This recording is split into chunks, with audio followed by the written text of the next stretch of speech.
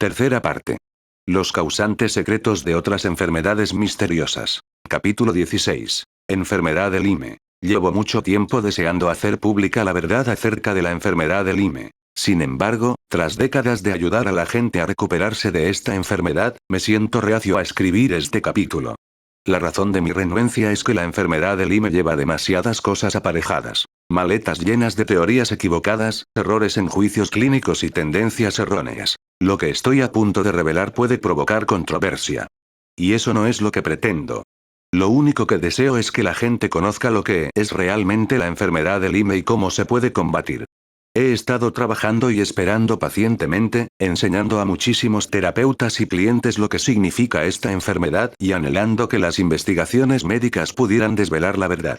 Pero los años van pasando y las comunidades médicas se limitan a seguir más pistas falsas. Nadie puede darse el lujo de perder décadas de su vida esperando que le digan por qué está enfermo. Si la verdad no sale pronto a la superficie, antes de que la enfermedad de Lyme alcance el siguiente nivel, no podrá llegar a la gente. Vamos de cabeza a una situación, que se producirá en las próximas 2 décadas, en la que a cualquier persona que muestre una serie de síntomas asociados con la artritis reumatoide, la esclerosis múltiple, la fibromialgia, el síndrome de fatiga crónica, el virus de Epstein-Barr, la fatiga adrenal, los trastornos del tracto intestinal o los problemas tiroideos, se le realizarán análisis de enfermedad de Lyme con métodos poco fiables, y se le diagnosticará esta enfermedad. Para comprender la confusión que existe acerca de esta enfermedad, piensa en una bola de nieve.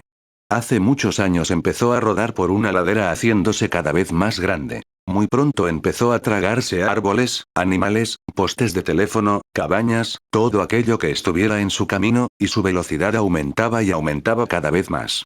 Con el impulso casi imparable obtenido gracias a la ignorancia y a la confusión, se ha tragado a terapeutas bien intencionados y a las personas que sufren sus síntomas, y sigue avanzando. Ahora está a punto de provocar una avalancha sobre la ciudad de la humanidad. Lo más fácil para mí sería apartarme de su camino. Pero no es así como actúo. Por los millones de personas que podrían verse tragados por la locura del Lyme en los próximos 20 años, nuestros hijos y las nuevas generaciones de terapeutas, médicos y sanadores que seguirán trabajando con hipótesis obsoletas, debo hacer todo lo que esté en mi mano para impedir la avalancha. En este capítulo te mostraré la verdad acerca de la enfermedad de Lyme y aprenderás a protegerte de la trampa del Lyme en el siglo XXI. Una mirada atrás. Vamos a retroceder durante unos momentos hasta noviembre de 1975, la primera vez que se informó al Departamento de Salud del Estado de Connecticut, Estados Unidos, de varios casos de artritis en niños de Lyme. Este informe hacía referencia a residentes de Old Lyme, Lyme e Astadam, unas poblaciones del estado de Connecticut que dieron su nombre a esta enfermedad. 3. En primer lugar, vamos a recordar la tecnología con la que se contaba por aquel entonces. Teléfonos de disco en la pared de la cocina, los mensajes de voz no existían y Sony acababa de poner a la venta su primer reproductor de vídeo en Estados Unidos. En el mundo médico, a los niños se les extirpaban las amígdalas como aquel que coge manzanas de un árbol, sin comprender las causas subyacentes de la amigdalitis. Ni siquiera hoy en día se dispone de un conocimiento clínico de las causas de la amigdalitis. Aunque la tecnología ha avanzado muchísimo, los progresos en las enfermedades crónicas y misteriosas se han quedado prácticamente en punto muerto. Los síntomas que empezaron a experimentar los niños y unos pocos adultos de la zona de Lyme, fatiga crónica, dolores de cabeza, dolor articular y demás, ya se habían venido observando desde hacía décadas en todos los pueblos de Connecticut, así como en todos los estados del país. Sin embargo, en esta región alrededor de Lyme, la enfermedad se trató como algo nuevo e irreconocible. Médicos, investigadores y ciudadanos empezaron a buscar un culpable, y cayeron sobre la garrapata de los ciervos porque uno de los pacientes dijo que había visto una pocas semanas antes de enfermar.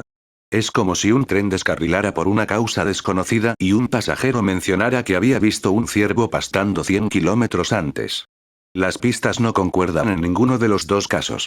Aunque nadie era capaz de explicar por qué una garrapata podía transmitir a alguien la enfermedad de Lyme, se emprendió contra ellas una caza de brujas al estilo de las del siglo XVII. Basándose solo en rumores, los ciervos y las garrapatas que vivían en ellos se convirtieron en los objetivos a perseguir. En 1981 un entomólogo anunció que había descubierto el eslabón perdido, una bacteria llamada Borrelia burgdorferi que las garrapatas transmitían a los humanos a través de su mordedura. Este descubrimiento le valió muchos beneplácitos y dio lugar a una serie de análisis centrados en esta bacteria y en tratamientos novedosos para la enfermedad de Lyme. Era la salida perfecta para las autoridades médicas. A nadie le gustan las garrapatas y la teoría de una enfermedad transmitida por ellas alimentaba el miedo a la naturaleza ya presente en la sociedad. Las autoridades médicas consideraron que podían dejar de buscar una respuesta a la enfermedad. Por desgracia, todos estos descubrimientos estaban equivocados. Esto es lo que no vas a oír en ningún otro sitio. La enfermedad de Lyme no está provocada por las garrapatas. Y la enfermedad de Lyme no está provocada por la bacteria Borrelia burgdorferi. Cuando se estaban realizando las investigaciones en los años 70 y 80, uno supondría que los investigadores se habrían dado cuenta de que el problema se estaba presentando en todo el país, y en todo el mundo. Y hoy en día uno supondría que tendría que haber alguien que se despertara y se diera cuenta de que cientos de miles de personas que jamás han estado cerca de una garrapata de un ciervo no pueden ser diagnosticados con esta enfermedad. Por lo que respecta a la Borrelia burgdorferi, es una parte normal de nuestro entorno y que todo ser humano y animal del planeta lleva consigo, hasta los que están completamente sanos. Lo cierto es que esta bacteria no supone ningún peligro para la salud, y que no guarda ninguna conexión con la enfermedad de Lyme. Si alguien con enfermedad de Lyme da positivo en un análisis de Borrelia burgdorferi, eso no supone nada. A pesar de ello, prácticamente todos los esfuerzos que han realizado las comunidades médicas durante las décadas pasadas para diseñar métodos de diagnóstico y tratamientos para la enfermedad de Lyme se han hecho basándose en la premisa falsa de que la provocan las garrapatas y las bacterias. Cuando una teoría equivocada empieza a adquirir vida propia, nadie va a querer admitir el error y desmentirlo. Es el equivalente de construir una casa con unos planos mal dibujados. Es posible que un obrero reconozca algún problema en ellos pero busque él mismo una solución porque no quiere causar ningún trastorno ni poner en peligro su trabajo. En esa situación, por muy hábiles que sean los obreros que has contratado, y por muy intrincada y hermosa que sea la decoración, el primer viento fuerte que sople puede tirar la casa. De forma parecida, la aceptación por parte de las comunidades médicas de supuestos falsos en los años 70 y 80 ha provocado un sufrimiento no expresado para los pacientes, que no solo no reciben ayuda, sino que, en muchos casos, sufren grandes daños por parte de médicos bien intencionados que actúan basándose en una información trágicamente inexacta. Otro dato que las comunidades médicas desconocen es que existen múltiples razones capaces de explicar los síntomas que se asocian con la enfermedad de Lyme. La forma más antigua de esta enfermedad, que data de 1901, producía unos síntomas relativamente leves. En los años 50 mutó hacia otras variedades y cepas. A continuación empezó a mutar hacia variedades aún más agresivas, que finalmente dieron lugar a los síntomas del Lyme en los años 70. Para entonces, la enfermedad llevaba trastornando las vidas de personas de todo el mundo desde hacía casi 60 años y sus síntomas siempre se atribuían a otras enfermedades o sencillamente se consideraban un misterio. Hoy en día seguimos luchando contra estas dolencias y hemos dado nombre a muchas de ellas, como, por ejemplo, el síndrome de fatiga crónica, la fibromialgia, el virus de Epstein-Barr, la esclerosis múltiple, la esclerosis lateral amiotrófica, los trastornos de tiroides, el lupus, el Parkinson, las enfermedades de Crohn y de Addison y muchas más. Sin embargo, todavía siguen provocando una gran perplejidad y a menudo dan lugar a diagnósticos de Lyme. Síntomas de la enfermedad de Lyme. La confusión que existe acerca de los síntomas de la enfermedad de Lyme es enorme. En estos momentos, todas las enfermedades autoinmunes o misteriosas, tanto las que aparecen en este libro como las que no, tienen síntomas similares a los de la enfermedad de Lyme. Si visitas a un especialista en esta enfermedad con cualquier síntoma o incluso con un diagnóstico de esclerosis múltiple, lupus, fibromialgia, artritis reumatoide, síndrome de fatiga crónica o encefalomielitis miálgica, estamos hablando de fatiga entre leve y extrema o persistente, dolor muscular, debilidad, tics o espasmos, síndrome de las piernas inquietas, confusión mental, dolor o inflamación articular o hormigueo en las manos y en los pies, puedes recibir un diagnóstico de Lyme tanto si las pruebas dan positivo como si dan negativo. Sin embargo, si acudes a un médico que no se centra en la enfermedad de Lyme, puedes recibir un diagnóstico completamente distinto. Todo depende de cuáles sean los intereses del médico y lo que capte su atención. Con frecuencia les digo a mis clientes que acudir a un especialista en Lyme es como visitar una tienda de escobas, sin ser conscientes de que lo único que venden allí son escobas. Le dices al vendedor que necesitas algo para limpiar los azulejos de la ducha, recoger lo que haya podido caer en la cocina y eliminar las marcas de las ventanas del cuarto de estar. No importa que todas estas tareas se salgan de lo que vende la tienda. En cualquier caso, saldrás con una escoba. ¿Qué es realmente la enfermedad de Lyme? Como ya he mencionado anteriormente, las comunidades médicas creyeron en principio que la enfermedad de Lyme la provocaba una bacteria llamada Borrelia burgdorferi, que se transmitía por la mordedura de las garrapatas de los ciervos. Hace poco, los médicos e investigadores han empezado a darse cuenta de que a lo mejor llevan 3 décadas y media centrándose en la bacteria equivocada. Los pacientes nuevos están empezando a oír hablar de distintos señuelos, tales como la bartonella y el parásito microscópico Babesia. Además, a estos pacientes nuevos no se les cuentan todas las penalidades que tuvieron que pasar aquellos otros a los que se les dijo que la causante era la borrelia ni las trampas que encontraron en el camino. No les proporcionan el beneficio de contar con esa perspectiva. Por cierto, debes saber que la bartonella y la babesia también son inofensivas y que casi todos las llevamos. Una vez más nos encontramos ante una teoría engañosa que nos promete una respuesta pero que solo nos proporciona una conjetura. Por si te lo estuvieras preguntando, todavía no se han encontrado bartonellas ni babesias en una garrapata. Lo cierto es que la enfermedad de Lyme no está producida por garrapatas, parásitos ni bacterias. Es una enfermedad vírica, no bacteriana ni parasitaria. Cuando las comunidades médicas se den cuenta por fin de este hecho, los pacientes que la sufren podrán tener una esperanza. La verdadera causa de lo que se denomina enfermedad de Lyme varía con cada individuo. Las personas infectadas por algunas variedades del virus de Epstein-Barr pueden mostrar síntomas de enfermedad de Lyme, al igual que los que tienen HHV6 y sus diversas cepas.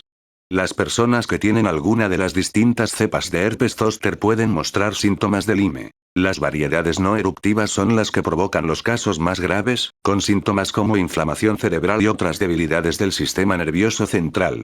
Y lo mismo sucede con cualquier virus. Por eso los análisis de sangre de muchos de los que padecen la enfermedad de Lyme dan positivo en bebocitomegalovirus, y muchos pacientes tienen virus que ni siquiera aparecen en los análisis. Cualquiera de las variedades más agresivas de estos virus puede ser la causante de los síntomas de un enfermo de Lyme. Todos los virus que he enumerado anteriormente pertenecen a la familia de los herpes y pueden provocar fiebre, dolor de cabeza, dolor articular, dolor muscular, fatiga, dolor de cuello, dolor nervioso quemante, palpitaciones cardíacas, prácticamente cualquier síntoma neurológico y otros síntomas que los médicos consideran propios de lo que se conoce como enfermedad de Lyme. Todos ellos pueden reducir terriblemente la calidad de vida de un paciente y suponer riesgos graves para su salud si no se tratan del modo correcto. Incluso en el caso de que estés presentando síntomas de cualquiera de estas infecciones víricas, podrías evitar sufrir una enfermedad misteriosa a la que se ha etiquetado como enfermedad de Lyme si mantienes el virus en estado latente. Y si ya estás sufriendo síntomas más graves considerados propios de la enfermedad de Lyme, tienes muchas formas de combatir y superar la enfermedad. ¿Cómo se desencadena la enfermedad de Lyme? Si estás empezando a experimentar una infección vírica y tu sistema inmunitario está desacostumbradamente débil, puedes acabar presentando síntomas de Lyme en cuestión de días.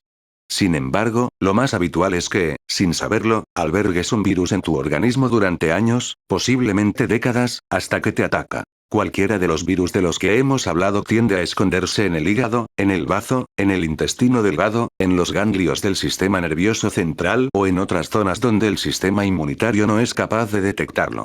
Un virus puede aguardar la ocasión propicia hasta que algún acontecimiento traumático físico o emocional, una mala dieta o cualquier otro factor desencadenante, de los que te voy a hablar enseguida, te debilita y proporciona al virus un entorno en el que puede hacerse fuerte.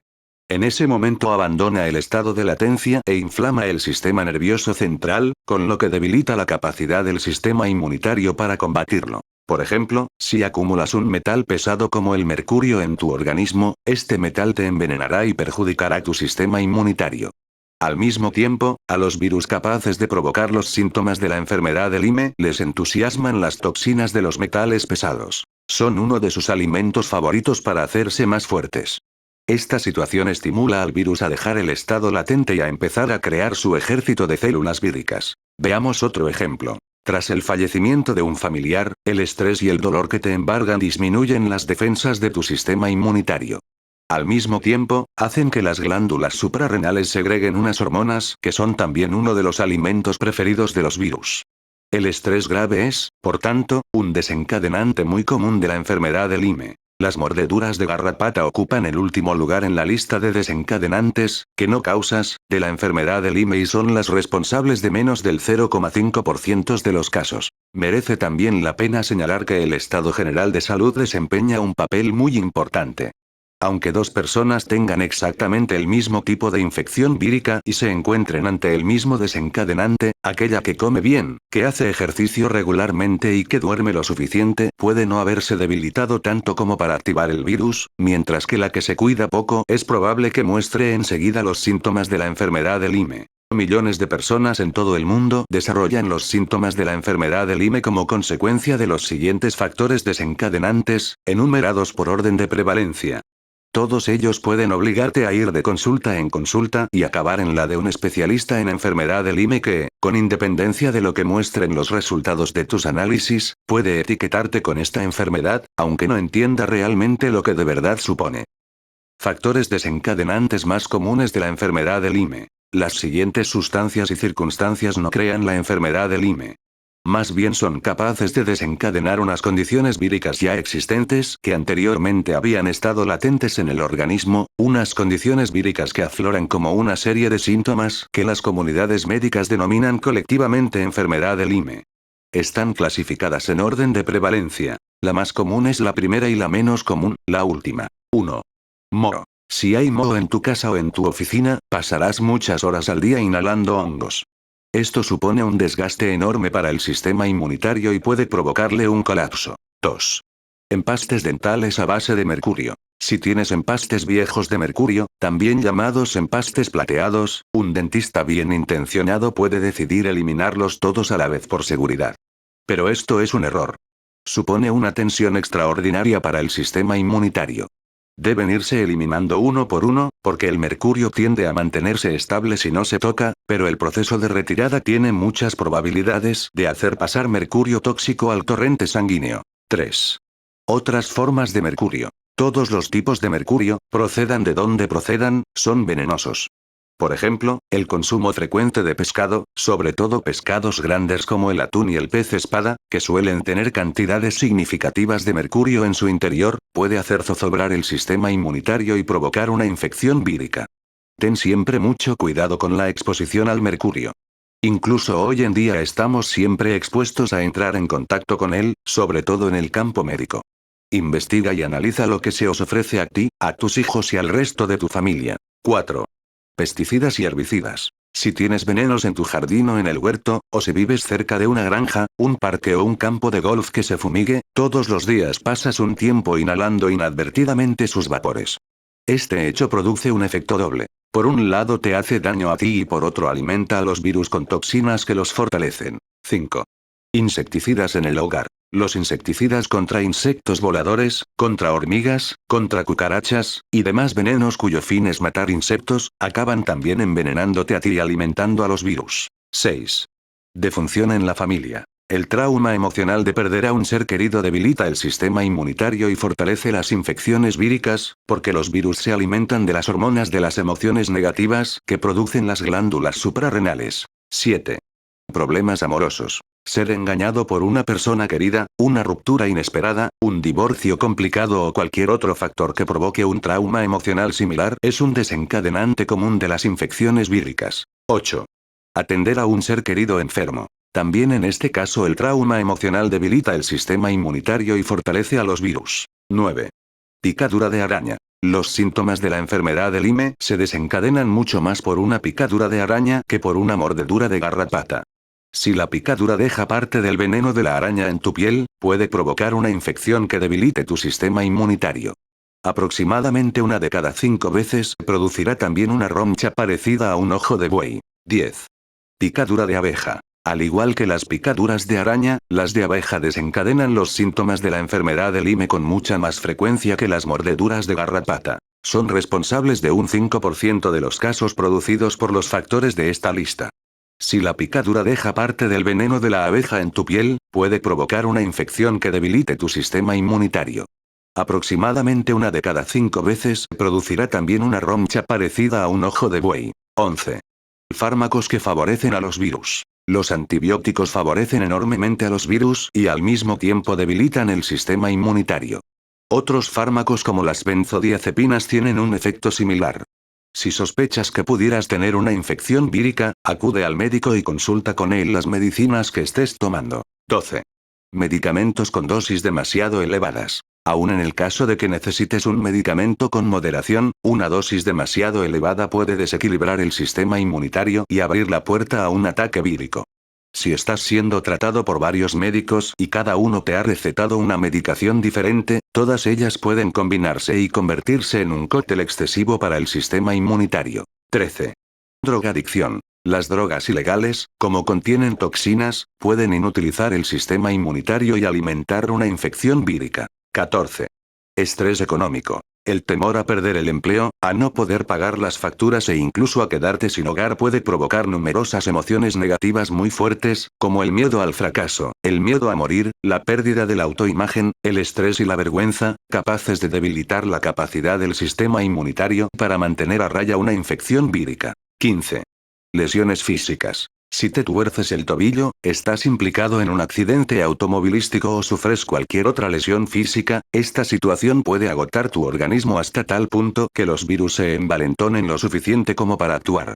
Esto es doblemente cierto si necesitas someterte a una intervención quirúrgica para arreglar los daños sufridos, porque la cirugía suele ir acompañada de antibióticos. 16. Nadar en verano. Con el tiempo cálido pueden acumularse algas rojas en los lagos o en las costas del mar. La pérdida de oxígeno que provocan estimula el crecimiento de bacterias capaces de debilitar tu sistema inmunitario y animar a un virus a dejar el estado de latencia. 17. Vertidos. Los vertederos terrestres antiguos pueden provocar la llegada de metales pesados y otras toxinas a los lagos cercanos, sobre todo durante los días calurosos del verano. Nadar en estos lagos te expone al contacto con las toxinas y disminuye la capacidad del sistema inmunitario para combatir las infecciones víricas. 18. Limpieza profesional de alfombras y moquetas. Los limpiadores tradicionales de alfombras y moquetas utilizan sustancias químicas sumamente tóxicas. Además, muchas alfombras ya contienen toxinas de por sí, con lo que la limpieza hace que acumulen aún más venenos. Si pasas mucho tiempo dentro de casa, vas a estar respirando estas emanaciones tóxicas durante gran parte del día, lo que puede debilitar tu sistema inmunitario y alimentar a los virus. Evita esta situación comprando limpiadores verdes y ecológicos para las alfombras o utilizando uno de los servicios de limpieza verdes que existen en la actualidad. Aunque incluso estos son cuestionables. Si eres muy sensible, plantéate la posibilidad de retirar las alfombras y las moquetas. 19. Pintura fresca. La mayoría de las pinturas frescas llenan el aire de emanaciones tóxicas. Si estás en una casa o en una oficina que no tenga una buena circulación de aire, puedes acabar debilitando tu sistema inmunitario y desencadenando una infección vírica. 20. Insomnio. Todos los trastornos del sueño perjudican al organismo y eso, con el tiempo, puede acabar desencadenando una infección vírica. 21. Mordedura de garrapata. Aunque las comunidades médicas están equivocadas al creer que las garrapatas causan la enfermedad de Lyme, sí que es cierto que sus mordeduras pueden desencadenar sus síntomas. Como sucede con las picaduras de araña y de abeja, un ataque que deje parte de la criatura en tu piel puede provocar una infección que, a su vez, debilite tu sistema inmunitario. Y si ya tienes un virus en tu organismo y estás en el momento perfecto, una mordedura puede ser suficiente para provocar una infección vírica. Esta infección no tiene nada que ver con la Borrelia burgdorferi. La Borrelia no es la bacteria causante. Una vez más, y contrariamente a lo que se suele creer, la garrapata es el desencadenante menos común de esta lista, responsable de menos del 0,5% de los casos de enfermedad de Lyme. Incluso en el caso de que uno de estos factores desencadenantes despierte a un virus dormido, este puede necesitar un tiempo antes de terminar sus preparativos para la guerra, como fabricar un ejército de células soldado, y poder lanzar el primer asalto.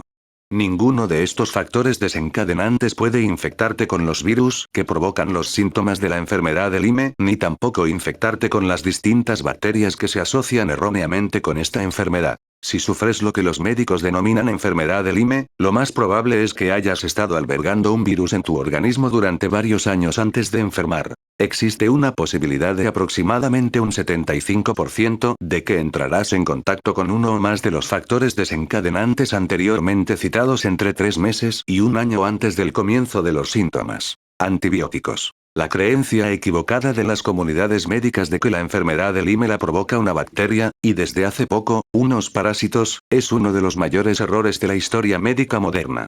Ha evitado que muchas generaciones con infecciones virales puedan recibir la ayuda que necesitan. Es lo que yo denomino la trampa del Lyme. La forma habitual de tratar la enfermedad de Lyme consiste en recetar antibióticos, porque lo que los médicos pretenden es destruir la Borrelia burgdorferi y otras bacterias como la Bartonella, así como parásitos como la Babesia, que en realidad no tienen nada que ver con la enfermedad de Lyme y que no suponen ningún peligro para la salud. La Borrelia, la Bartonella y la Babesia no atacan al sistema nervioso central y, sin embargo, el principal problema de todos los pacientes de Lyme son los síntomas de inflamación en el sistema nervioso central.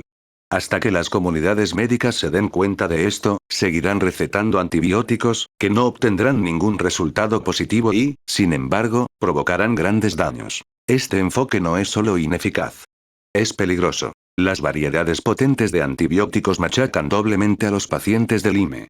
Y, como estos pacientes suelen tener el sistema neurológico inflamado como consecuencia de infecciones víricas de la familia de los herpes, tales antibióticos acaban lesionando los nervios.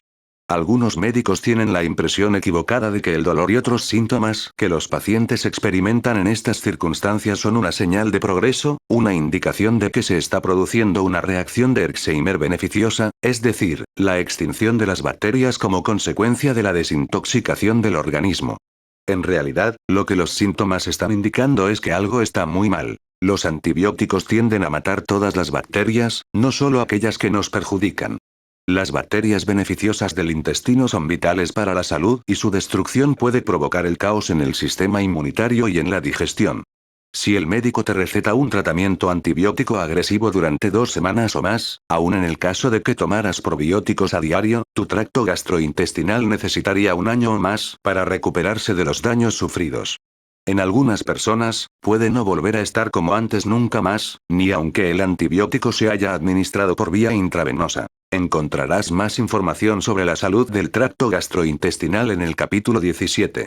A los virus que provocan los síntomas de la enfermedad de Lyme les entusiasman los antibióticos. Y los antibióticos agresivos son para ellos lo mismo que la leche materna para un bebé. Les hace crecer más grandes y más fuertes. Como el único enemigo natural importante de las infecciones víricas que provocan los síntomas de la enfermedad de Lyme es el sistema inmunitario, tomar un antibiótico que pone en peligro el sistema inmunitario y refuerza enormemente a los virus es como intentar apagar un fuego echándole encima un barril de gasolina. Y, sin embargo, es la forma habitual que tienen los médicos de tratar esta enfermedad.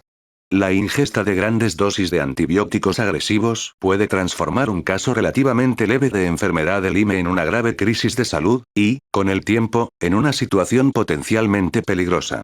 Por desgracia, esto está sucediendo a diario. Dado que los médicos de medicina integradora especializados en la enfermedad de Lyme han comenzado a comprender el daño que los tratamientos antibióticos agresivos han provocado en los últimos 25 a 40 años, están empezando a reducir las dosis de antibióticos y a acompañarlas de apoyo nutricional natural, que incluye la administración de vitaminas naturales por vía intravenosa.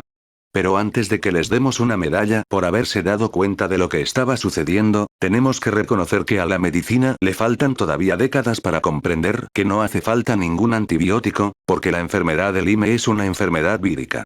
Los tratamientos alternativos populares, como la terapia de irradiación ultravioleta de la sangre, tampoco sirven de nada, porque actúan siguiendo la teoría equivocada de que el problema es bacteriano y que está en la sangre. De hecho, los virus que provocan los síntomas de la enfermedad de Lyme son casi todos neurológicos y nunca provocan estos síntomas cuando se encuentran en la sangre. Cuando dan problemas es cuando se alojan en los órganos y en el sistema nervioso central. Mientras los médicos crean que el problema causante de los síntomas de la enfermedad de Lyme es bacteriano, será como si se encontraran perdidos en alta mar, envueltos en la niebla y persiguiendo un barco fantasma, a expensas de millones de personas. Merece la pena señalar que los virus que crean estos síntomas tienen muchos cofactores, entre los que se incluyen los Streptococcus A y B, la E. coli, la Mycoplasma pneumoniae, la H. pylori y la Plasmidopila pneumoniae, además de mohos tóxicos y la cándida. La Bartonella y la Babesia, esos bichos que últimamente han adquirido tanta popularidad en el campo de la enfermedad de Lyme y que no resultan más perjudiciales que la cándida, también son cofactores. Observa que estos cofactores no crean los síntomas conocidos como enfermedad de Lyme. Para comprender cómo las comunidades médicas malinterpretan estos cofactores y los consideran causantes, imagina a dos ejércitos enfrentados, uno de ellos, las comunidades médicas, persiguiendo al otro, las bacterias, que se bate en retirada. Cuando el primer grupo de soldados de infantería consigue finalmente alcanzar a las tropas que estaban persiguiendo y las rodea por todos lados, descubre que lo que vio en la distancia no eran bayonetas, sino astas de banderas, trompetas y palillos de tambor. El ejército ha estado persiguiendo a quien no debía. Y todo el tiempo que estos soldados de infantería creyeron estar persiguiendo a su enemigo, estaban en realidad persiguiendo a una banda militar. De forma parecida, la investigación médica ha estado persiguiendo a los mensajeros, las bacterias, mientras que el verdadero adversario, los virus, ha conseguido zafarse sin que nadie lo advirtiera. La mayor parte del daño real está provocado por las infecciones víricas no descubiertas en el paciente o, si son descubiertas, dejadas de lado por no considerarlas importantes. Los cofactores no son los que realmente resultan peligrosos. Es más, las bacterias que favorecen la aparición de síntomas de la enfermedad de Lyme suelen ser resistentes a los antibióticos, y esta resistencia va en aumento con el paso del tiempo. Si tienes síntomas de enfermedad de Lyme, de aquí una razón más para evitar enérgicamente los antibióticos. De todas formas, esta regla tiene una excepción. No pasa nada por utilizar antibióticos suaves para combatir una infección. Por ejemplo, cuando en una picadura de araña o de abeja, o una mordedura de garrapata, queda una parte de la criatura alojada en la piel y provoca una infección cutánea normal, el cuerpo combate la infección creando una erupción anular alrededor de la zona. Este anillo rojo es la equivocación suprema acerca de la enfermedad de Lyme. En esta situación, está bien tomar un antibiótico poco agresivo. El riesgo a corto plazo de la infección supera los riesgos a largo plazo de los antibióticos. De todas formas, vamos a dejar esto bien claro. La infección no es la enfermedad de Lyme. Y lo que está provocando la infección no es la Borrelia burgdorferi. Estas erupciones anulares son sencillamente infecciones estafilocócicas normales producidas por la presencia de desechos foráneos que se han introducido bajo la piel a través de una herida punzante. Y para que conste para la posteridad, debo decir que jamás se ha encontrado ni cultivado Borrelia en una erupción anular, ni tampoco Babesia ni Bartonella. Las pruebas diagnósticas actuales de la enfermedad de Lyme. Las comunidades médicas utilizan sobre todo dos tipos de análisis para diagnosticar la enfermedad de Lyme. El ensayo por inmunoabsorción ligado a enzimas, ELISA, que detecta los anticuerpos a la bacteria Borrelia burgdorferi, y el Immunoblot, que busca anticuerpos a diversas proteínas de la Borrelia burgdorferi. Ambas pruebas se basan en la suposición equivocada de que los síntomas de la enfermedad de Lyme están provocados por la Borrelia burgdorferi, cuando no es así. Por eso resulta habitual que un paciente tenga síntomas de esta enfermedad pero obtenga resultados negativos en estas pruebas. Los laboratorios avanzados han empezado a descubrir que estos análisis jamás han funcionado. Sin embargo, cuando intentan desarrollar unas pruebas mejores, siguen basándose en la misma teoría de que las bacterias o los parásitos son los causantes de la enfermedad. Si retrocedemos a la analogía de los planos equivocados, sería como intentar construir otra casa nueva con los mismos planos de la anterior y sin corregir los fallos fundamentales que se habían cometido en el diseño. Si has recibido recientemente un diagnóstico de enfermedad de Lyme de un médico de medicina integradora o funcional, es muy probable que te dijera que ya no confía en el ELISA ni en el Immunoblot. Es posible que te haya dicho que tiene que mandar tu sangre a un laboratorio de enfermedad de Lyme más avanzado. Al recibir los resultados, seguramente te haya explicado que los títulos, mediciones, de Lyme indicaban la presencia de anticuerpos o que aparecían positivos parciales para bacterias como la Bartonella y parásitos como Babesia. Si tienes gripe, una infección estafilocócica, candidiasis, cuentas con grandes probabilidades de dar un falso positivo en las pruebas de Lyme. Esta es la forma artera de desviar la atención del hecho de que se ha estado engañando a los pacientes durante décadas, porque las comunidades médicas han estado persiguiendo al culpable equivocado. Lo que los médicos no comprenden es que estas nuevas vías de investigación basadas en la Bartonella y la Babesia no suponen realmente ningún avance, porque parten de la misma premisa equivocada que la anterior. En lugar de darse cuenta de que las bacterias y los parásitos son cofactores inocuos, los señalan como responsables de la enfermedad. Y como resulta extraordinariamente raro que a un paciente con síntomas de enfermedad de Lyme le haya mordido una garrapata, ahora los profesionales sanitarios se sacan de la manga historias acerca de que esta enfermedad puede haberla transmitido un mosquito o un tábano que picara al paciente unos años atrás. Existe una posibilidad muy poco probable de que la picadura de un tábano pueda actuar como desencadenante de los síntomas de una infección vírica, tal y como ya hemos mencionado con respecto a las picaduras de otros insectos. Sin embargo, señalarlos como causantes reales de la enfermedad de Lyme es volver a apoyarse en la vieja teoría equivocada, y aumentar el miedo de la gente a estar en contacto con la naturaleza. No supone ningún avance con respecto a afirmar que las culpables son las garrapatas. El único lado positivo de estas investigaciones recientes es que las comunidades médicas están abriendo el campo de búsqueda en lo que respecta a la enfermedad de Lyme. Se están dando cuenta de que no se trata de un único factor y que la hipótesis de la Borrelia burgdorferi está equivocada. Sin embargo, los investigadores siguen mirando en el sitio equivocado. Pronostico que, a medida que vayan pasando los años, seguirán culpando de esta enfermedad a otras bacterias y que los verdaderos culpables víricos seguirán siendo ignorados. Y si estás padeciendo los síntomas de la enfermedad de Lyme, ¿puedes permitirte dejar pasar 20 años de investigaciones para averiguar la causa real? Lo cierto es que las comunidades médicas no han descubierto aún la mayoría de los auténticos cofactores del Lyme. Y, en el caso de la Babesia y la Bartonella, aparte del hecho de que los médicos no son conscientes de que el papel que desempeña en los síntomas de esta enfermedad es mínimo, existen muchos problemas a la hora de analizar su presencia. En primer lugar, puedes tener una infección vírica que provoque los síntomas de la enfermedad de Lyme pero no tener estos cofactores, en cuyo caso los análisis darán un resultado negativo.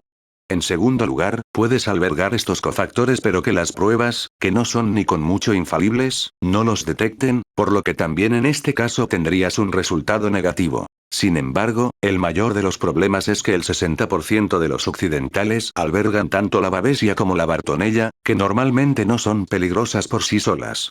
Por eso, puedes estar totalmente sano y, aún así, dar positivo en los análisis. Como es habitual que las pruebas diagnósticas de la enfermedad de Lyme den negativo en pacientes que presentan los síntomas de esta enfermedad y positivo en pacientes que no los presentan, no resultan muy útiles. Si analizaras a 100 personas sanas con las pruebas más novedosas y avanzadas para la enfermedad de Lyme, más de 50 de ellas darían positivo. Los marcadores de estos más de 50 sujetos indicarían la presencia de anticuerpos de la bacteria que, según las comunidades médicas, es la responsable de la enfermedad de Lyme. La forma más eficaz de determinar si padeces una infección vírica que está provocando los síntomas de Lyme es centrarte en tu historial y en tus síntomas. Si has experimentado alguno de los desencadenantes más comunes que activan la infección vírica y presentas o has presentado síntomas tales como tics, espasmos, fatiga, confusión mental, pérdida de memoria, dolor nervioso y articular y otros síntomas neurológicos, y has eliminado cualquier otra causa posible, entonces es muy probable que tengas un virus que está provocando los síntomas de la enfermedad de Lyme. Como ya he dicho anteriormente, lo más probable es que se trate de una de las muchas variedades de la familia del herpes, como, por ejemplo, el herpes zóster, el HHV6, el Epstein-Barr o el citomegalovirus. Todos estos virus pueden dar falsos positivos en las nuevas pruebas progresivas de laboratorio que diagnostican la enfermedad de Lyme.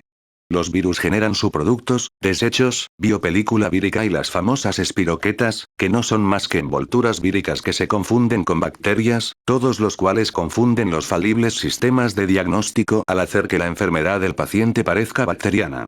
Los laboratorios que realizan análisis de sangre son como cualquier otra empresa. Están abiertos a la posibilidad de negocio. Quieren mantenerse a flote y proteger sus vías de ingresos, y, por eso, su motivación está guiada por una cierta dosis de monetarismo. No podemos confiar en las afirmaciones de que los resultados de esos análisis tan nuevos y sorprendentes son una verdad absoluta. Además, existe una gran desconexión entre los laboratorios que hacen los análisis y los médicos que los piden. A menudo, estos desconocen los métodos que utilizan los primeros para obtener los resultados. Acuérdate de este dato y muéstrate precavido acerca de los datos que llegues a creer. Si has tomado antibióticos y has experimentado el latigazo vírico, o si no has estado siguiendo ningún tratamiento pero presentas los síntomas que he descrito en este capítulo, tienes muchísimas probabilidades de recuperarte si sigues paciente y escrupulosamente las indicaciones que encontrarás en la próxima sección. Con el tiempo podrás llegar a destruir el 90% o más de las células víricas y permitirás que tu sistema inmunitario devuelva los virus al estilo letárgico, casi comatoso, y te libre de la enfermedad de Lyme. ¿Cómo tratar la enfermedad de Lyme? Cuando los síntomas crónicos de la enfermedad de Lyme interrumpen la vida de las personas, la situación puede resultar devastadora. La mayoría de los pacientes acuden a muchos médicos, pero, o bien no reciben ninguna respuesta, o se les diagnostica esclerosis múltiple, fibromialgia, artritis reumatoide, síndrome de Sjögren, migrañas, lupus, síndrome de fatiga crónica o encefalomielitis miálgica. Cuando finalmente uno de estos pacientes acude a un especialista en enfermedad de Lyme, el diagnóstico puede resultar casi un alivio. Puede producir la sensación de que al fin se ha desvelado el misterio. Solo en Estados Unidos, más de 500.000 personas con síntomas de lo que realmente son infecciones víricas son tratadas como si tuvieran una enfermedad bacteriana y reciben la etiqueta de enfermos de Lyme. Esta enfermedad se está convirtiendo, lamentablemente, en la dolencia más incomprendida de nuestros tiempos. A medida que vaya aumentando su inercia, se convertirá en el diagnóstico más popular del futuro. Tanto pacientes como médicos estarán encantados con la confirmación que parece aportar esta denominación, aunque no tenga ningún sentido. La etiqueta de enfermedad de Lyme seguirá siendo un nombre para una enfermedad misteriosa que nadie ve que está provocada por una infección vírica. Esta etiqueta no constituye una respuesta para tu aflicción. El nombre de Lyme podría sustituirse por cualquier otro. Si tenemos en cuenta toda la información que nos aporta, podríamos muy bien llamarla enfermedad del queso o enfermedad de no me encuentro bien. Tal y como he analizado en este capítulo, es básico que entiendas lo que realmente esconden los síntomas de la enfermedad de Lyme, para que así puedas protegerte a ti mismo y a tus seres queridos de la trampa del Lyme. Si en este momento tienes unos 40 años, la profesión médica no empezará a darse cuenta del error que está cometiendo en el concepto y el tratamiento de la enfermedad de Lyme hasta que tengas 65 o 70, y eso siendo muy optimista. De todas formas, si sigues a diario todos los pasos que describo en esta sección, sin fallar ni uno, puedes obligar a la infección vírica a volver al estado de latencia y convertirla en algo inocuo. La duración de este proceso dependerá de diversos factores, como, por ejemplo, el grado de agresividad de la cepa vírica que tienes, si has tomado antibióticos recientemente, si estás en un entorno saludable o en uno tóxico que pueda desencadenar y alimentar al virus, y si atraviesas las etapas iniciales de la enfermedad u otras más avanzadas. En líneas generales, el programa requiere entre 6 meses y 2 años para ser totalmente eficaz. Y no te limites a las recomendaciones de este capítulo. Consulta también la cuarta parte, claves para alcanzar la curación, donde encontrarás detalles sobre la eliminación de metales pesados del organismo y todo lo que necesitas saber para librarte de los síntomas de la enfermedad de Lyme. Toda la información que necesitas para salir de la trampa del Lyme, o para sortearla totalmente, está en este libro. Tienes capacidad para curarte. Tu cuerpo quiere curarse de verdad y estar bien. Si le das lo que necesita y retiras los elementos improductivos, puedes acceder a tu poder innato de sanación y recuperarte. Alimentos curativos. Existen algunos alimentos curativos que pueden ayudar a tu cuerpo a mantener a raya los virus que provocan los síntomas de la enfermedad de Lyme y a recuperarte si ya te han infectado.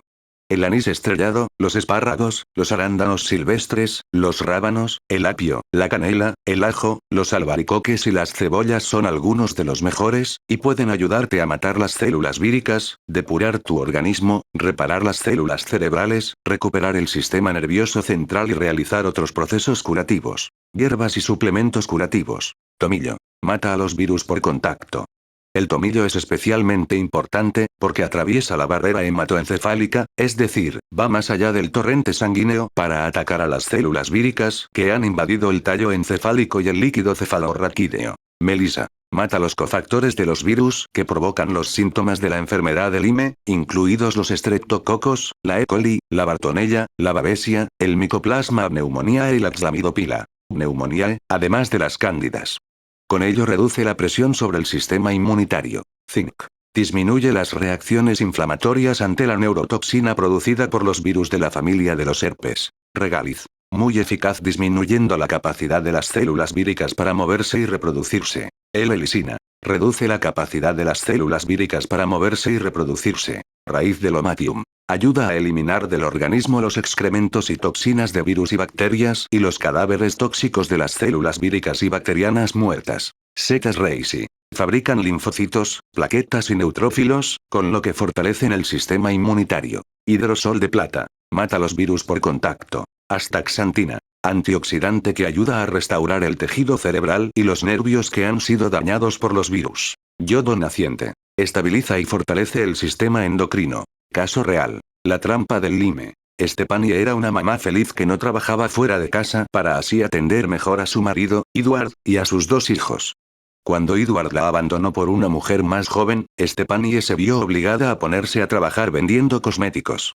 Por desgracia, su jefe disfrutaba torturando a sus empleadas con la amenaza de que las iba a despedir si no conseguían los objetivos diarios. El dolor que le produjo la traición de su marido, unido al esfuerzo físico y emocional que suponía estar trabajando fuera de casa durante todo el día mientras cuidaba ella sola de sus hijos, y la tensión de pensar que podría perder el empleo y quedarse sin casa, fueron muchos factores que al final desencadenaron una infección producida por un virus que llevaba muchos años alojado en el organismo de Stefanie. Tras un mes en esta situación, el virus despertó de su estado de latencia. Abandonó su escondite en el hígado de Stefanie e invadió el sistema nervioso central. Stefanie empezó a sentirse terriblemente cansada y lenta y con la mente envuelta en una especie de nebulosa. Preocupada, acudió al médico para que le hiciera un chequeo. El médico le hizo un reconocimiento físico y unos análisis de sangre, pero no encontró nada raro. No es más que estrés, le dijo. Deja de preocuparte y volverás a sentirte bien. Pero la terrible fatiga y la confusión mental no cedieron. A medida que el virus se fue reproduciendo y abriéndose camino hacia los nervios de las piernas, los brazos y los hombros, Stefanie empezó a sentir una serie de síntomas neurológicos que jamás había tenido anteriormente. Le preocupaba especialmente el dolor de la cadera y de la rodilla izquierdas, que entorpecían su rutina diaria de salir a correr. De repente le fallaba la pierna izquierda, como si no fuera capaz de funcionar correctamente. Stefanie volvió a su médico, pero este siguió sin encontrar nada anormal. Teniendo en cuenta el dolor articular, la remitió al reumatólogo. El reumatólogo la volvió a reconocer exhaustivamente y pidió nuevos análisis de sangre enfocados en la posibilidad de que padeciera artritis reumatoide. Pero tampoco pudo encontrar nada extraño. Estás totalmente sana, concluyó. Estate tranquila, descansa lo suficiente y todos estos problemas desaparecerán por sí solos. Stefanie quería creerle, pero sus síntomas no solo no cedieron, sino que aumentaron. Siempre estaba cansada, por mucho que durmiera. El dolor del hombro izquierdo se agudizó. La cadera y la pierna izquierda se debilitaron aún más y la obligaron a cojear ligeramente. Además, desarrolló un caso leve de ansiedad. Un día se encontraba desahogando sus penas con sus amigas cuando una de ellas le dijo: lo que nos estás contando se parece mucho a lo que tiene mi prima Shelly. A ella le han diagnosticado enfermedad de Lyme. ¿Enfermedad de Lyme?, respondió Stefanie. Pero si vivo en la ciudad. Hace años que no voy a un bosque y lo más cerca que he estado de un ciervo ha sido a muchos kilómetros. Es imposible que me haya mordido una garrapata. Ya lo sé, contestó su amiga, pero hasta ahora nadie te ha conseguido ayudar, así que podrías acudir a un médico especialista en este tipo de enfermedades. No tienes nada que perder. Este razonamiento convenció a Stefanie, por lo que acudió a visitar al Dr. Nartel, un especialista en enfermedad de Lyme. El Dr. Nartel le tomó muestras de sangre para 2 pruebas, ELISA e Immunoblot. Ambas pruebas buscan fundamentalmente anticuerpos que reaccionen ante la presencia de la bacteria Borrelia burgdorferi.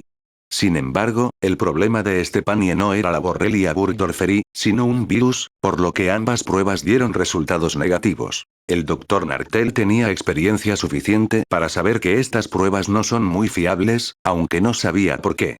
Por tanto, a diferencia de los médicos a los que había acudido Stefanie anteriormente, se tomó en serio los síntomas. Lo que me estás describiendo coincide con la enfermedad de Lyme, le dijo. Yo te recomendaría un tratamiento de 30 días con antibióticos en pastillas. Si realmente tienes la enfermedad de Lyme, con ello conseguiremos matar las bacterias que la están provocando. Este razonamiento también convenció a Stefanie. Por fin le daban un diagnóstico y una confirmación de su dolencia. Accedió sin dudarlo. A lo largo del mes siguiente, Stefanie no notó ninguna diferencia. Sin embargo, los antibióticos no mataron solo las bacterias perjudiciales, sino también las beneficiosas del tracto gastrointestinal, con lo que debilitaron su sistema inmunitario. Además, inflamaron las paredes del revestimiento intestinal y le provocaron una gastritis muy dolorosa y espasmos. El doctor Nartel había previsto alguno de estos problemas y le había recetado también unos probióticos. Pero no fueron suficientes para contrarrestar los efectos secundarios de la medicación. A Stephanie le costaba digerir la comida, perdió el apetito y sufría periódicamente ardor de estómago. Al cabo de otro mes más, la fatiga y el dolor articular eran mayores que antes de empezar el tratamiento. Y lo mismo sucedía con la nebulosa mental, que ahora incluía también pérdida periódica de memoria. Muy preocupada, Stephanie se dedicó a investigar a través de libros y de internet. Si no tenía la enfermedad de Lyme, llegó a la conclusión de que podría tener un síndrome de fatiga crónica, fibromialgia, lupus o incluso esclerosis múltiple. Como el doctor Nartel no conseguía ayudarla, decidió probar con otro especialista en la enfermedad de Lyme, el doctor Mason. Este doctor le hizo una batería más amplia de análisis de sangre y la envió a un laboratorio que proporcionaba más marcadores. Uno de los resultados dio positivo en Babesia y Bartonella, lo que no resulta extraño si tenemos en cuenta los distintos tipos de bacterias y parásitos que una persona puede albergar aunque no tenga síntomas de la enfermedad de Lyme. Sin embargo, Stephanie no sabía que tanto la Babesia como la Bartonella son inofensivas y no guardan relación alguna con los trastornos del sistema nervioso central que padecía, por lo que se relajó pensando que estaba en manos más experimentadas. Cuando el doctor Mason le dijo que tendrían que hacer un tratamiento de entre 1 y 3 meses con antibióticos por vía intravenosa y con una medicación bastante más fuerte, Stephanie accedió sin dudarlo ni un minuto. Este antibiótico más fuerte, con unos efectos mucho más agresivos, le aumentó enormemente el dolor y el sufrimiento. Sencillamente, había conseguido alimentar y fortalecer a la infección vírica tal y como el carbón alimenta el fuego. Tras 2 meses de este tratamiento antibiótico más agresivo, la fatiga, el dolor articular, la confusión mental y la pérdida de memoria se hicieron tan fuertes que Stephanie tuvo que dejar el trabajo. Además, desarrolló dolor nervioso y espasmos por todo el cuerpo.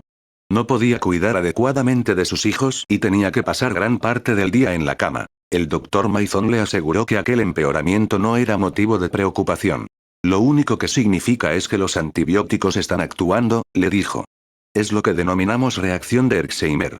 Se produce cuando las bacterias, al morir, liberan las toxinas más rápido de lo que el organismo es capaz de eliminarlas. Lo que el doctor Mason no sabía es que, si el problema hubiera sido bacteriano, como creía, los antibióticos habrían logrado una importante mejoría. La explicación que le dio no fue más que una racionalización de moda que han elaborado las comunidades médicas para explicar por qué los pacientes empeoran cuando están sometidos a un tratamiento que debería mejorarles. En realidad, lo que le estaba sucediendo a Stephanie era que sus nervios, ya sensibles e inflamados, estaban siendo aún más irritados por los antibióticos agresivos y que había aumentado la carga vírica. A pesar de ello, siguió creyendo en su médico, y su estado siguió empeorando. Al finalizar el 3er mes de tratamiento con antibióticos, Stephanie estaba convencida de que, si seguía con él mucho más tiempo, moriría. Así que dejó al doctor Mason. Pero con el sistema inmunitario tan afectado y con la infección vírica tan fortalecida, siguió estando muy enferma. Entonces acudió a un tercer especialista en la enfermedad de Lyme que le prescribió tratamientos naturales. Multivitaminas, vitamina D, coenzima Q10 y grandes cantidades de aceite de pescado. Este médico sabía por experiencia que no era conveniente administrar tantos antibióticos, por lo que, cuando Stephanie no mostró ningún cambio con los suplementos, le recomendó añadir dosis bajas de antibiótico. Argumentó que anteriormente había estado tomando una dosis demasiado elevada, pero que una dosis baja a diario durante 3 meses le permitiría mejorar. La enfermedad de Lyme que sufría Stephanie había empezado siendo un caso leve y podría haber seguido siéndolo si no hubiera empezado a tomar antibióticos. Sin embargo, cuantos más tomaba, más les despejaba el camino a sus síntomas para que pudieran alcanzar todo su potencial. En esta situación, al acceder a dar otra oportunidad a los antibióticos, fue como si le hubiera entregado a su virus no identificado una escopeta cargada. Al cabo de 6 semanas, Stephanie sufrió inflamación cerebral y un dolor nervioso tan agudo que le hizo pensar que no podría superarlo. El simple hecho de hablar ya le suponía un esfuerzo tremendo. Dejó a su médico y, embargada por el pánico, acudió a una serie de médicos alternativos nuevos. Considerando la gravedad de sus síntomas, uno de ellos decidió que, en realidad, lo que tenía no era la enfermedad de Lyme, sino la de Lou Gehrig. Otro declaró que tenía esclerosis múltiple. Un tercero le dijo que tenía un síndrome de Guillain-Barré. De hecho, Stepanie tenía efectivamente una forma del síndrome de Guillain-Barré, que para las comunidades médicas es una dolencia diferente pero que, en realidad, no es sino otro nombre para la inflamación nerviosa de origen vírico que afecta al cerebro. Este es un ejemplo maravilloso de la enorme confusión que existe alrededor de la enfermedad de Lyme. Finalmente Stepanie acudió a un médico alternativo que era cliente mío. Este me la remitió como caso urgente. Tras realizar una lectura y un escaneo, lo primero que hice fue calmar a Stepanie acerca de su enfermedad. Sí, le dije, estoy muy familiarizado con esta enfermedad. No la provoca una garrapata, ni un tábano, ni una araña, ni una bacteria. El espíritu me dice que es una cepa de un virus no eruptivo de la familia de los herpes que se ha alojado en el sistema nervioso central y está provocando una inflamación en el cerebro. Los antibióticos que has estado tomando lo han fortalecido enormemente. El simple hecho de saber lo que le pasaba le quitó un gran peso de encima y le dio la oportunidad de empezar a curarse. Estaba furiosa con los médicos que habían transformado una infección vírica no identificada relativamente leve en una dolencia casi mortal. Si la hubieran tratado con los métodos naturales apropiados, se habría ahorrado un año de agonía. Tienes derecho a estar enfadada, le dije. Pero debes saber que los médicos estaban intentando de corazón ayudarte. Sencillamente actuaban según unos supuestos erróneos acerca de la naturaleza de esta enfermedad que empezaron hace 40 años. Miles de personas han sufrido el mismo vía crucis.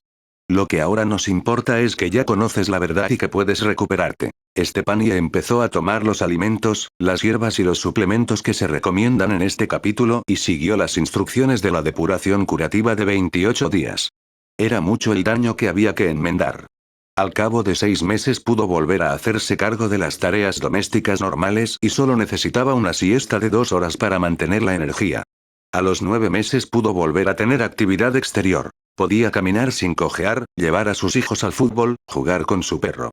Al cabo de un año de seguir el tratamiento natural para eliminar la infección vírica que se escondía tras el diagnóstico de enfermedad de Lyme, Stepanie se sentía mejor que antes de empezar a tomar los antibióticos agresivos. Con el tiempo ha conseguido estar más fuerte aún que antes de empezar a tomar el antibiótico suave del primer tratamiento. Ha recuperado la salud, ha empezado a correr otra vez y ha vuelto a su vida normal. Lo que Stepanie tuvo que pasar fue una pesadilla. Decenas de miles de personas con enfermedad de Lyme sufren el mismo calvario cada año. Por desgracia, muchos de ellos acaban padeciendo unos sufrimientos terribles. La buena noticia es que prácticamente todo este dolor y este sufrimiento pueden evitarse si se entiende la verdadera naturaleza de la enfermedad de Lyme, y se trata la enfermedad real con los métodos directos que se analizan en este capítulo y en el resto del libro.